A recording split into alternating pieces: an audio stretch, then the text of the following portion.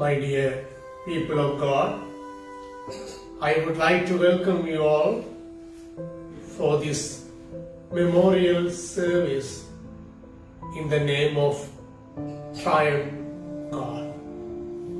Today, we remember the people who sacrificed their lives due to the bomb blast happened at St. Sebastian Church and St. Anthony's Church in Kochikade and Zion Church in Batikro.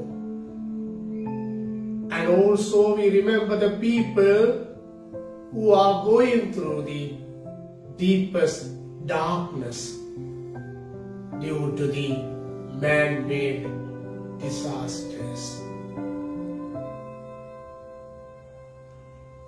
திருமறையிலிருந்து ஒரு சில வாக்கியங்கள். நானே உயிர்த்தெழுதலும் ஜீவனுமாயிருக்கிறேன், என்னை விசுவாசிக்கிறவன் மரித்தாலும் பிழைப்பான்.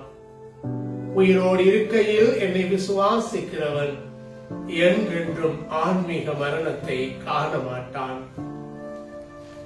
நாம் இவ்வுலகில் ஒன்று கொண்டு வந்ததும் இல்லை, ஒன்றும் கொண்டு போக எங்களால் முடியாது. கர்த்தர் கொடுத்தார், கர்த்தர் எடுத்தார். கர்த்தருடைய நாமத்திற்கே ஸ்தோத்திரம் உண்டாவதாக. அப்படி யாக்ஞா கரும்.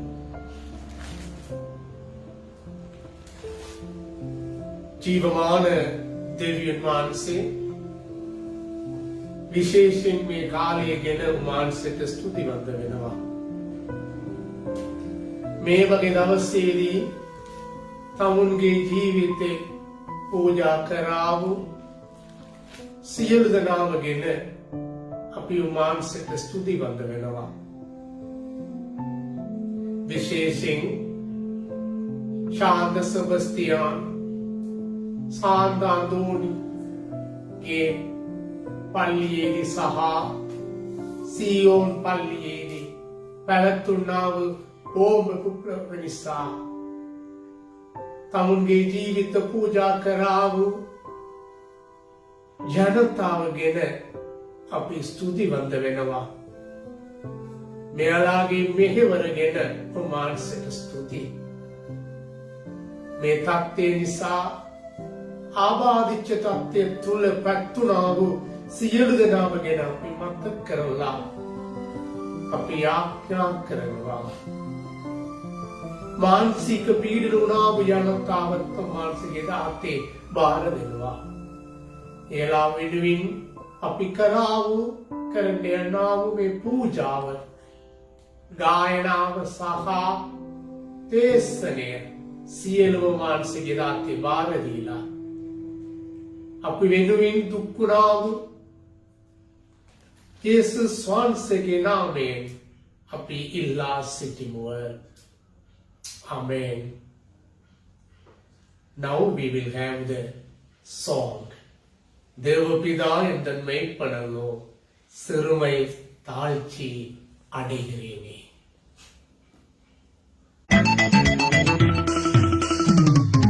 தேவபிதா என்ற மெய்ப்பனல்லோ சிறுமை தாழ்ச்சி அடைகிறேனே. ஆவலதாய் என்னை கைமுன்னே அவர் மெய் தமிழ் நீர் அருளுகின்றார். தேவபிதா என்ற மெய்ப்பனல்லோ சிறுமை தாழ்ச்சி அடைகிறேனே.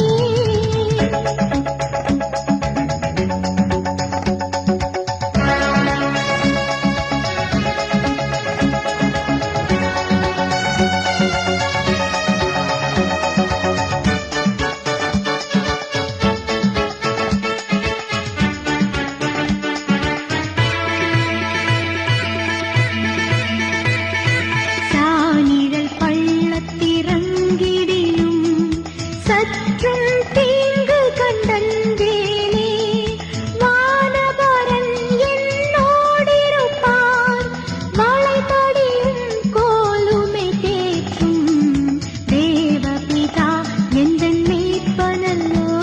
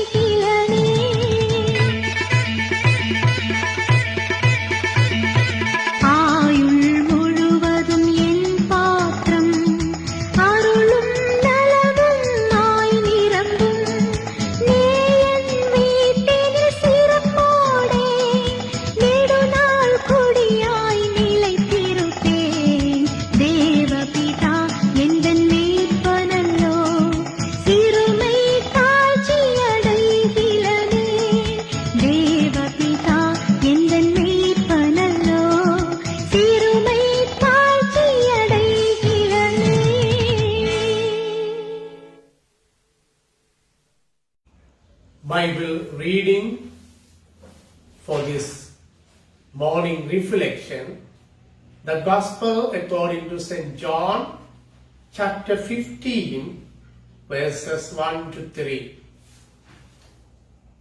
Bible කියවීම ජොහාන් තුමාණුව ලියන සුභාරංචි පළස්වෙනි පරිච්ඡේදයේ පළවෙනි පදයේ සිට තුන්වෙනි පදය දක්වා ஜோவான் எழுதிய நற்செய்தி 15ஆம் அதிகாரம் 1 முதல் 3ஆம் வசனம் வரையுள்ள பகுதி. இயேசுவே உண்மையான திராட்சை செடி, உண்மையான திராட்சை செடி நானே. என் தந்தையே அதை நட்டு வளர்ப்பவர். என்னிடமுள்ள கனிபடாத கொடிகள் அனைத்தையும் அவர் தரித்து விடுவார். கனிதரும் அனைத்து கொடிகளையும் மிகுந்த கனிதருமாறு கழித்து விடுவார். நான் சொன்ன வார்த்தைகளால் நீங்கள் ஏற்கனவே தூய்மையாயிருக்கிறீர்கள். இயேசு கிறிஸ்துவின் செய்தி. கிறிஸ்துவே உமக்கே புகழ்ச்சி உண்டாவதாக. கிறிஸ்துவுக்குள் அன்பான சகோதரங்களே, இதையொத்த ஒரு காலை பொழுதிலே ஞாயிற்றுக்கிழமை காலை 8:30 மணிக்கும் 8:45 மணிக்கும் பின்னர் அதையொற்ற பல மணி நேரங்களில் எமது இலங்கை தேசத்தை காரிருள் சூழ்ந்து கொண்டது. அவல குரல்கள் ஆலயங்களில் இருந்து எழுப்பப்பட்டன. உயிர்த்தெழுந்த இயேசுவின் பிரசனத்தை உணர்ந்து கொள்ள சென்ற மக்கள் மத்தியில் காரிருள் மூடியது. வாழ்வுக்காக ஏங்கிய மக்களின் வாழ்வு ஒரு கணத்துக்குள்ளே பறிமுதலானது.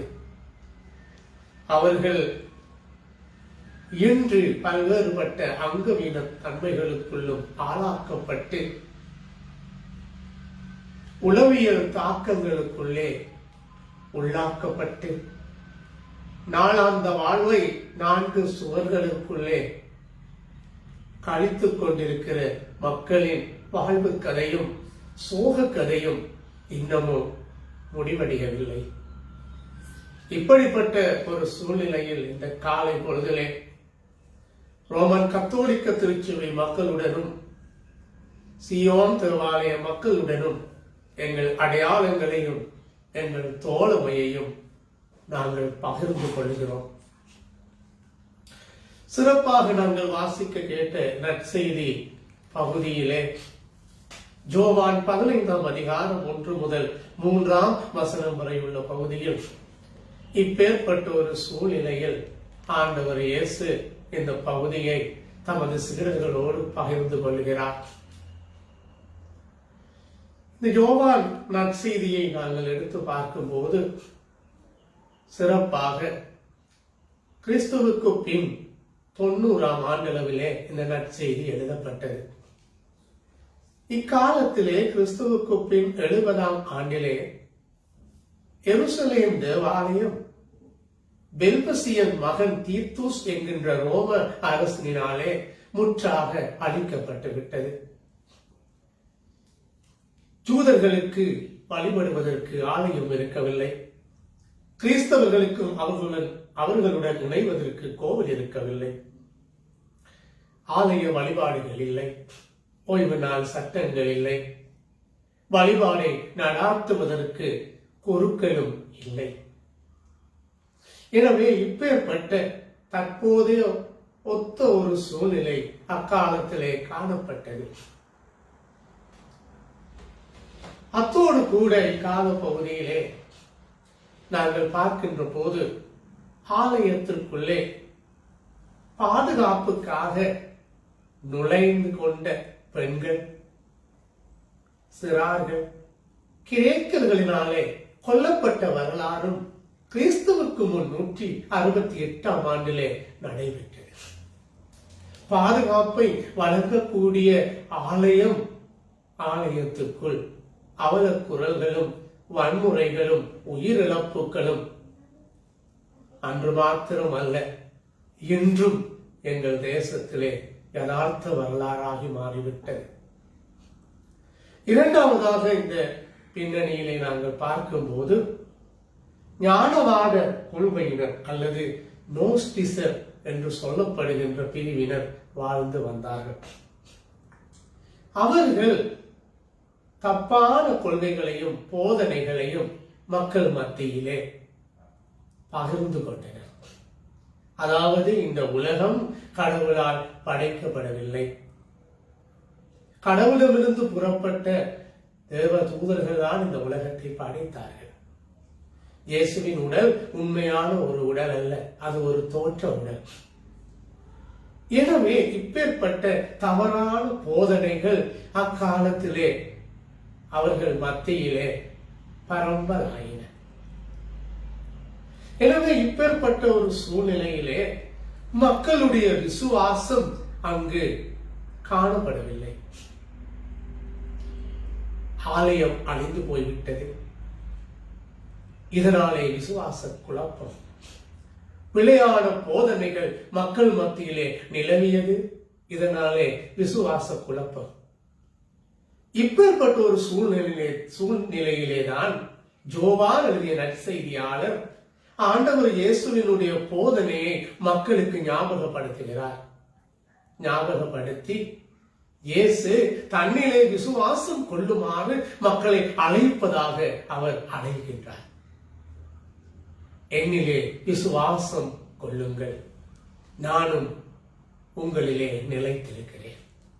எனவே நிலைத்திருப்பின் முக்கியத்துவத்தை அவர் அங்கு சொல்லுகின்றார். எனவே அன்பானவர்களே, இன்றைய நாளிலும் குண்டுவெடிப்பு நிகழ்வினாலும் மற்றும் ஏனைய இயற்கை நிகழ்வுகளினாலும் எங்கள் விசுவாசங்கள் குழப்பப்பட்டு இருப்பதை நாங்கள் பார்க்கிறோம். எனவேதான் ஜோவான் அழைக்கிறார் மறுபடியும், நானே திராட்சை செடி, நீங்கள் கொடிகள். எனவே கொடியானது செடியில் எப்பொழுதும் நிலைத்திருக்க வேண்டும். எமது வீட்டிலே பயன்படுத்துகின்ற கைபேசியை நாங்கள் எடுத்துக்கொண்டால் அது எப்பொழுதும் சார்ஜ் பண்ணப்பட வேண்டும். சார்ஜ் பண்ணாத பட்சத்திலே அது வேலை செய்யாது. அதனை போன்றுதான் மின்குமிழ்களும் மின் விசிறிகளும் அந்த பிளக்கோடு இணைக்கப்பட்டிருக்க வேண்டும். அப்பொழுதுதான் அவைகள் பயன்பாட்டிற்கு உகந்தவைகளாக காணப்படும். எனவே அதை போன்று எங்களுடைய கிறிஸ்தவ விசுவாசம் கிறிஸ்துவிலே நிலைத்திருக்கும் போதுதான் அந்த விசுவாசம் எங்களுக்கு மாத்திரமல்ல மற்றவர்களுக்கும் பயனுள்ளதாக அமையும். எனவே இந்த நாளிலே இழப்புகள், வேதனைகள் எல்லாம் எங்களை சுற்றி அமையலாம். ஆனால் இவைகள் எதுவுமே நாங்கள் பிறரிலே நியாயம் தீர்க்கவோ, ஏன் நடைபெற்றது என்று எண்ணவோ, கடவுளின் இருப்பு நிலையை வினா எழுப்பவோ அல்ல. மாறாக நாங்கள் இறைவனிலே இன்னும் நிலைத்திருக்க இறைவன் எங்களை அழைக்கிறார். அந்த நம்பிக்கையிலே வளருவோமாக. මේ උදෑසන අපි අද කියවුව සුභාරංචිය කියවීම තුළ පියන වෙලාවේදී විශේෂයෙන් ජොහාන් තුමානුව නිරද සුභාරංචියේදී පළවෙනි පරිච්ඡේදයේ පළවෙනි පදයේ සිට තුන්වෙනි පදය දක්වා කියනා වූ පදය තුළ යේසුස් වහන්සේ නැවත වරක් එතුමාත් එක්ක අපි කොන්ද සම්බන්ධතාව ගොඩනගන්න ඕන කියනා වූ පණිවිඩයක් අපිට දෙනවා. අද වගේ අවස්ථාවේදී අපි දකින්න පුළුවන් ශාන්ත සොබස්තියා, ශාන්ත අන්තෝනි යාගේ පල්ලිය සහ සියෝන් දේවාලයේදී පැවැත්වුණා වූ බෝම්බ සිද්ධිය නිසා තමුන්ගේ ජීවිතය පූජා කරා වූ ජනතාව අපි මතක් කරලා එයාලාගේ ජීවිතය ගැන දෙවියන් වහන්සේට ස්තුති කියනවා. ඒක විතරක් නෙමෙයි, මේ தත්ත්වය නිසා ආබාධිත தත්ත්වය තුල ගමන් කරනා වූ සියලු දෙනාම ගැන අපි මතක් කරලා යාඥා කරන්න අවශ්‍යතාවයක් තියෙනවා. ඒ නිසා මේ වගේ අවස්ථාවේදී අපිට මතුවෙනා වූ ලොකු ප්‍රශ්නයක් තමයි අපිට අපගේ ඇදහිල්ලට මොකද වෙන්නේ? ඒ වෙලාවේදී අපි මතුවෙනා වූ ප්‍රශ්න අනේ දෙවියනි ඔබ කොයිද? ඔබ කවුද? ඔබතුමාගේ ක්‍රියාව කුමක්ද මේ වගේ අවස්ථාවේදී? පාස්කු දවසේදී යේසුස් වහන්සේගේ උත්ථානය සිහිපත් කරන්න ගියාව ජනතාව තමුන්ගේ ජීවිතය පූජා කරා. උත්ථාන දවසේදී ආලෝකය ලබා ගන්න පල්ලියට ගියාව ජනතාවට ලැබුණ තෑග්ගයක් තමයි අන්ධකාර ලෝකය. සියෝන් දේවාලයේදී වුණා බෝම්බේ පුපුරන නිසා තමුන්ගේ හැස් නැතුව, තෑට නැතුව, කකුල නැතුව ජීවිතේ නව සමාජය ගෙන මම දන්නවා. විශේෂයෙන් සෙන්ට් සෙබස්තියන් කොච්චිකඩේදී වුණා වූ බෝම්බේ නිසා මගේ ස්ටුඩන්ට්ගේ කනට එක්කම වැඩ කරන්නේ නැතුව එතුමගේ ජීවිතය අද මතක් කරන්න මම කැමතියි. සෙන්ට් සෙබස්තියන්ගේ පල්ලියේදී වුණා වූ බෝම්බේ තත්ත්වය නිසා ඒ ගෙදරට ඇති වුණා වූ තුන්දෙනාම ඒ පල්ලියේදී පූජා වුණා. තමුන්ගේ ජීවිතය පූජා කළා. එයාලගේ ගෙදර අදත් වහලා තියෙනවා. ඒ වගේ විවිධ අත්දැකීම් අපි දන්නවා. විශේෂයෙන් සියෝන් දේවාලයේදී බෝම්බේ පුපුරන්න ඉස්සලා සන්ඩේ ස්කූල් ටීචර් කෙනෙක් තමුන්ගේ ළමයිව බලලා ආපු ප්‍රශ්නයක්. කීප දෙනෙක්ට ස්වර්ග රාජ්‍යයකට යන්න කැමැති. ඒ වෙලාවේදී ළමයි සියලු දෙනාම තමගේ අත උසුවා. ඒ වගේ ළමයි අත උසුනාව ළමයිලා අද අපේ අතර නැහැ. බෝම්බේ පුපුරන නිසා තමුන්ගේ ජීවිතේ පූජා කරා. මේ වගේ අවස්ථාවේදී අපගේ ඇදහිල්ලට මොකද වෙනව ලොකු ප්‍රශ්නයක් වෙනවා. ඒ නිසා තමයි මේ වගේ අවස්ථාවේදී ජෝහාන් තුමා එදා වුණව සිද්ධිය තුළ අදත් අපිට කතා කරනවා. මේ බයිබල් කියවීම ගැන අපි බලන විට අපි දකින්න පුළුවන් පළවෙනි එක තමයි ඒ කාලයේදී ඉස්රායෙල් ජනතාවට කිතුණු ජනතාවට නමස්කාර කරන්න ස්ථානයක් තිබුණේ නැහැ. ක්‍රිස්තු වර්ෂ 60 වෙනි අවුරුද්දේ ජෙරුසලම් මාලිගාව විනාශ වුණා. මාලිගාව අතුල දෙවියන් වහන්සේගේ ක්‍රියාව දකින්න ඒ ජනතාවට බැරිකමක් තිබුණා. මාලිගාවක් නැහැ. නමස්කාරය පැවැත්වෙන්න පූජකතුමාලා නැහැ. ආගම සීපත් කරන්න, උත්සවය සීපත් කරන්න ඉඩ තිබුණේ නැහැ. සියලුම විනාශ වුණා වූ විනාශ වුණා වූ තත්ත්වය තුළ ඒ ජනතාව ජීවත් වුණා. ඒ ජනතාවට සැනසෙල්ල තිබුණේ නැහැ. එයි මෙච්චර මේව දෙයක් අපිට උනේ කියන ප්‍රශ්නයක් මතු කරා. ඒක විතරක් නෙමෙයි ක්‍රිස්තු පූර්ව 168 වෙනි අවුරුද්දේ අපි දන්නවා තෙෝස් එපිබානස්ගේ කාලයේදී ක්‍රේක රජුලා මේ ජෙරුසලම් මාලිගාව විනාශ කරා. ඒ විනාශ කරාව වෙලාවේදී මේ මාලිගාව ඇතුළ තමුන්ගේ ආරක්ෂාව නිසා ගියාව තරුණ ළමයිලා කාන්දාවලා ඔබ ග්‍රේක රජුලා මැරුවා. ඒ වගේ සිද්ධිය තමයි ජාපනයේ පැවතුණා. 1995 දී බෝම්බේ නිසා ශාන්ත පේදුරුස්තුමාස්ගේ පල්ලිය තුල ගියාව ජනතාව බෝම්බේ නිසා තමුන්ගේ ජීවිතය පූජා කරා. ඒ වගේ අත්දැකීම ශාන්ත යාකෝබතුමාගේ ස්ථානය ජාපනයේදී පැවතුණා. ඒ වගේ අවස්ථාවේදී ජනතාවගේ ඇදහිල්ල තිබුණේ නැහැ. මේ වගේ තත්ත්වය තුළ තමයි එදා ජෝහාන් තුමා මේ සුභාරංචිය ලියන වෙලාවේදී ජනතාව හිටියා. දෙවෙනි කාරණය බලන විට විවිධ වැරදි ඉගැන්වීම නිසා ජෝහාන් තුමාගේ කාලයේදී ජනතාව අතර ඇදහිල්ල තිබුණේ නැහැ. ඒකට හේතුව ඥානවාදකයන් නව කණ්ඩායම දෙවියන් වහන්සේගේ මැවිල සහ යේසුස් වහන්සේගේ ශරීරයට විරුද්ධින් වැරදි ඉගැන්වීම ඉරිදිපත් කරා. යේසුස් වහන්සේගේ ශාරීරිය නියම ශාරීරියක් නෑ කියලා කිව්වා. දෙවියන් වහන්සේ ලෝකෙම වුවේ නෑ කියලා කිව්වා. ඒ නිසා විවිධ වැරදි ඉගැන්වීම සඳහා ජනතාවේ අතර විශ්වාසයක් තිබුණේ නෑ. ඒ වගේ අවස්ථාවන් අදත් පැවැත්වෙනවා. සමහර වෙලාවෙදී අපි වැරදි ඉගැන්වීම එක්කෙනාත් එක්ක බෙදා ගන්නවා. මේ වගේ සිද්ධිය වුණේ දෙවියන් වහන්සේගේ විනිශ්චය කියලා අපි විනිශ්චය කරනවා. සමූහ පාපය නිසා වුණ දෙයක් අපි අමතක කරලා දෙවියන් වහන්සේ මේ කිතුණු ජනතාවට දුන්නා වූ දඬුවම කියලා මට බෙදාගත්තා වූ ජනතාව මේ වෙලාවෙදි මතක් කරන්න කැමතියි. ඒ නිසා මේ වගේ සිද්ධිය නිසා තමයි ඒ ජනතාවට එදා ඇදහිල්ල නැතුව තිබුණ ජනතාවට යොහන් තුමා නැවත වරක් කියන දෙයක් තමන්න බලන්න යේසුස් වහන්සේ තමයි මිදිවත්තේ. ඒ නිසා එයාත් එක්ක හොඳ සම්බන්ධතාවක් ගොඩනගන්න. රැඳින් සිටිය. රැඳින් සිටිය. to remain in him. ආපහු නවතවර ඇදහිල්ල නැති ජනතාවට ඇදහිල්ලගෙන යොහන් තුමා දේශනා කරනා වූ මේ පදය ඉතාමත් වැදගත්.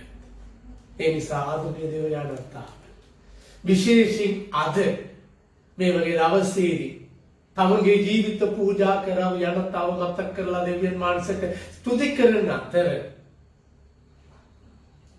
අපි සියලු දෙනාමේ ඇදහිල්ල නවතවරක් සෝදිච්ච කරමු. නවතවරක් අපි යේසුස් වහන්සේත් එක්ක කොඳ සම්බන්ධතාව ගොඩනගන්න අපි උත්සාහ කරමු. අපි සියලු දෙනාම දන්නවා. අපි සියලු දෙනාම මේ හෑන්ඩ් ෆෝන් පාවිච්චි කරනවා. ෆෝන් එකේ charge නැත්නම් මමත් පාවිච්චි කරන්න බෑ, අනිත් අයට කතා කරන්නත් බෑ. ඒ නිසා මගේ ඇදහිල්ල මට විතරක් ප්‍රයෝජනයක් නෙමෙයි, අනිත් අයට ප්‍රයෝජනය වෙනවා. මගේ ඇදහිල්ල මම නවතවරක් යේසුස් වහන්සේත් එක්ක හොඳ සම්බන්ධතාව ගොඩනගන්න තුල වර්ධනය කරන්න පුළුවන්.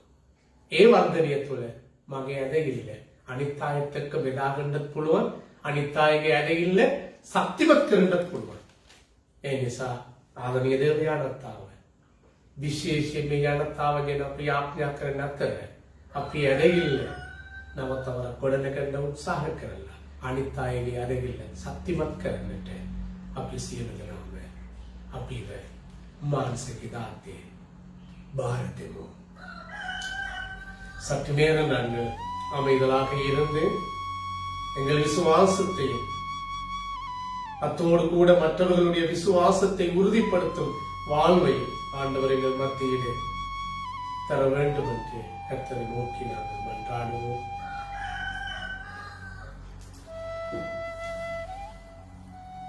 Let us continue to pray, and especially we pray for the people who sacrifice their lives due to bomb blast. And also let us pray for the people who are going through the deepest darkness, body, mind and spirit.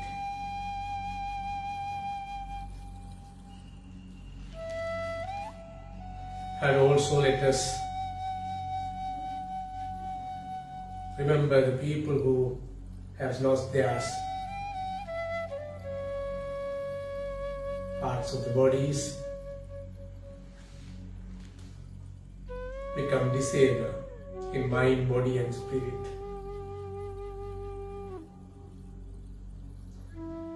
Also we remember the people who are unable to recover their lives until now.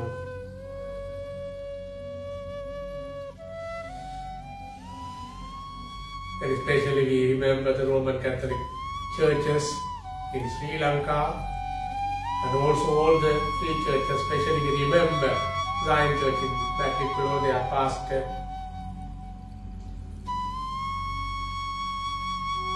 And his sheep.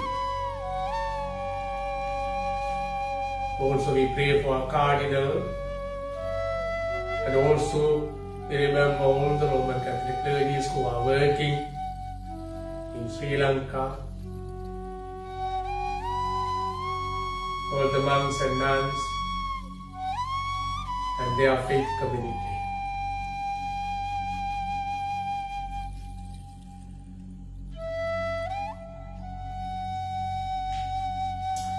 also, Lord, once again, let us commit their souls in thy hands.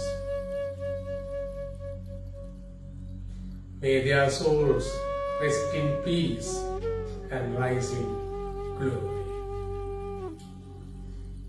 Amen.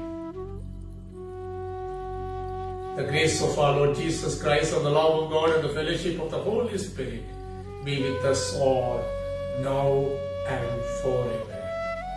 Amen. Amen. May God bless you all.